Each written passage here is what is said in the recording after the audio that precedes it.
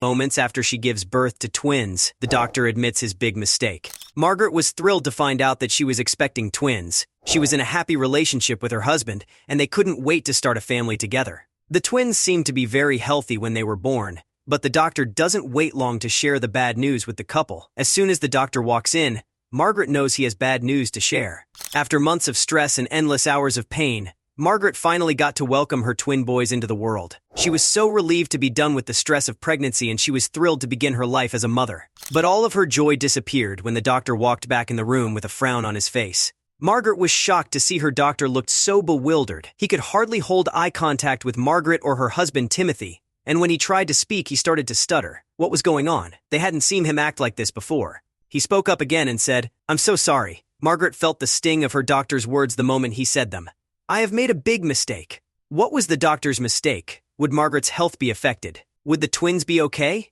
Margaret and her husband Tommy expected to hear that they weren't expecting a child again. They had been let down so many times before, and they both thought it might not be in the cards for them to have children. When they found out that Margaret was expecting, they considered it a miracle. The couple had spent months undergoing tests that would tell them why it wasn't possible for them to conceive. They hoped to find out a reason why months of trying didn't lead to any pregnancies. Luckily, they were told that they were both perfectly healthy. The doctor looked forward to sharing this good news with the couple. The doctor greeted the couple and said, "Margaret, you're not having one child. You're having twins." She and Timothy just couldn't believe it. They had never given up hope, of course, but they were prepared to receive the same old bad news. "Tim, tell me this is not a dream," said Margaret, squeezing her husband's hand. It just seemed too good to be true, and it probably was. Getting pregnant was not the only difficulty the couple would face. 1 month before giving birth to her twins, Margaret was watching TV when suddenly she started to experience painful stomach cramps.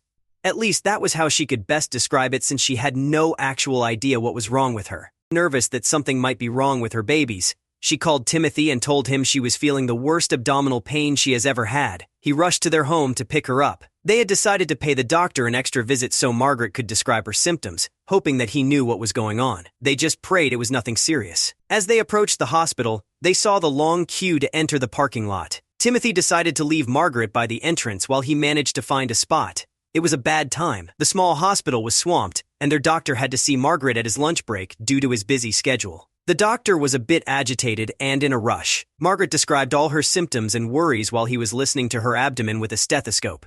After pressing some parts of her abdomen with his fingers, the doctor concluded that there was nothing to worry about. He was quite certain that the stomach cramps may have been caused by stress.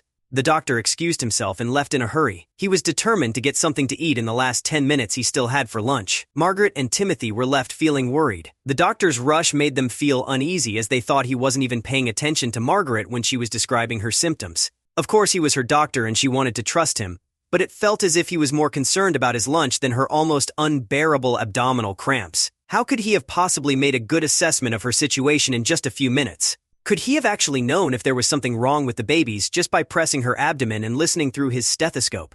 Knowing there was not much they could do, they decided to go home and trust the doctor. Timothy went to get the car while Margaret waited for him just a few steps away from the door she had entered before. He had parked the car on a nearby street, so he would be back soon. During all this time, Timothy started to feel better about the doctor's diagnosis.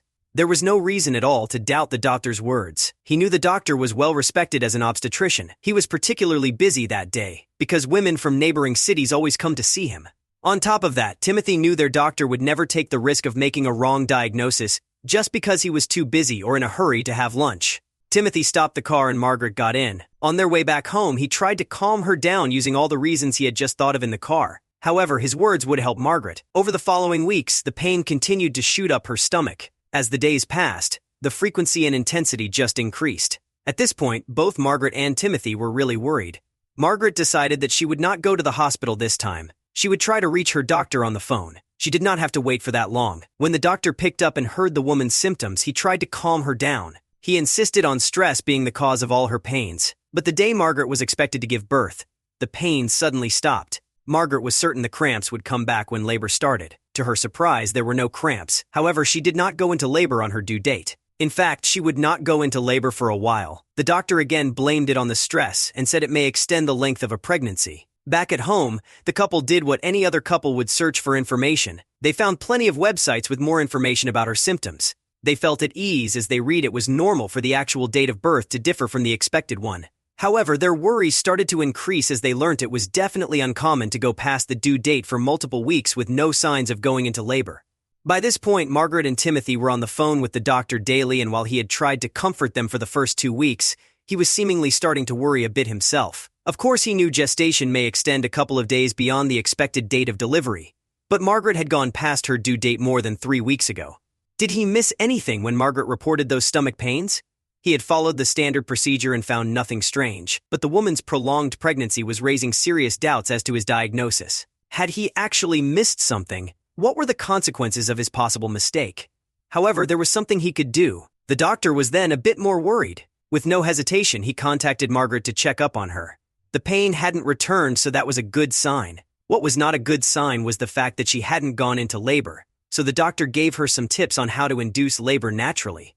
But when nothing worked, she remembered there was something she hadn't tried yet. One of the natural ways to induce labor the doctor mentioned was to make love, but with all the worries Margaret was having, making love was the last thing she wanted to do. Timothy was very supportive and wanted the best for his wife and their twins. They had tried everything but that. But when Timothy finally convinced her, it would turn out to make all the difference. Right after their moment, Margaret felt all her worries were soothed away. However, the tranquility would not last longer as a shooting pain began right in her stomach. Apparently it had worked. She was going into labor. When Timothy realized what was going on, he immediately put on some clothes and helped Margaret to get in the car. On their way to the hospital, Timothy called the doctor and told him Margaret had gone into labor a few minutes before. When they arrived, the labor and delivery rooms were waiting for her. Luckily, he had called in advance, as it would turn out they barely had a second to spare. From there on, things seemed to happen really fast. After being in the room for less than 10 minutes, one of the babies started crowning. They had to do this now, and a doctor was called to come help.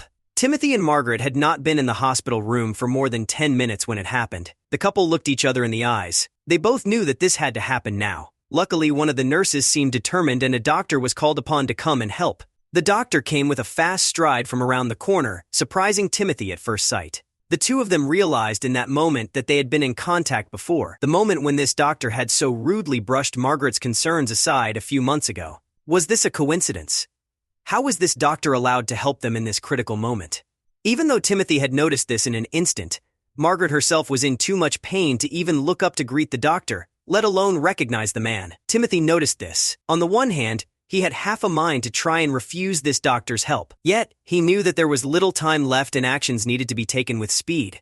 There was probably nobody else that was capable of helping in time. Timothy naturally kept a close eye on the doctor and the steps that followed. When everything was set up quickly and professionally, the doctor seemed to be fully engaged in the process. This calmed Timothy down significantly. His focus returned to his wife that was currently in labor. She now needed all the support she could get from him.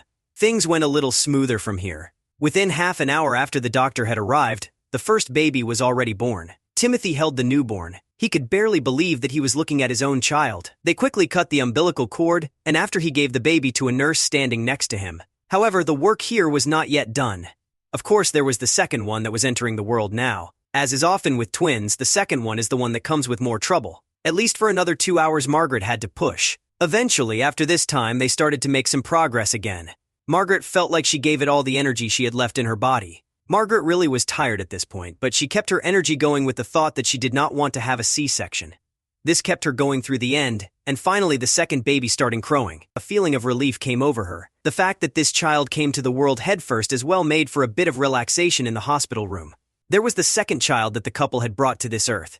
They were born and Margaret had accomplished her mission. She could now finally surrender to her exhaustion. They held the second baby for a brief moment, before it was quickly taken by the nurse as well to do a couple of standard tests. Now, it was Timothy that had an additional request.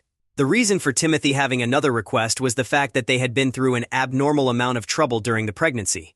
Timothy asked the nurses to go with them during the tests to make sure that everything was all right with both of the babies. It was not standard procedure, and one of the nurses explained that permission for this was needed from the head doctor. This was a problem for Timothy. Timothy's issue with this was that he did not want the doctor to know about the special request, as he still did not fully trust him. His fear was that the doctor might not take his worries seriously like he did last time. The doctor could brush the additional test to the side as an unnecessary cost or something like that.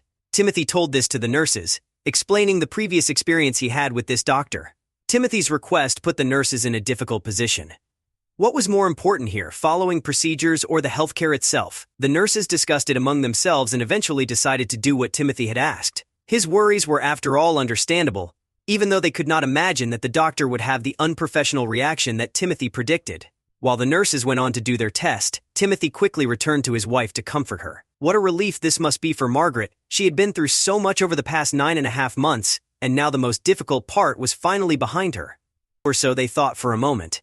Margaret looked Timothy in the eyes, exhausted as she was. She made clear to her husband that all she wanted now was to hold her precious babies in her arms. Timothy knew that it could take some time before that was going to happen. He explained to her that he had requested extra tests in order to make sure that both the babies were in good health. Margaret was somewhat confused, but Margaret could not fully be at ease. She couldn't really understand why her husband would demand this, and rationally she could acknowledge that this was indeed a clever move.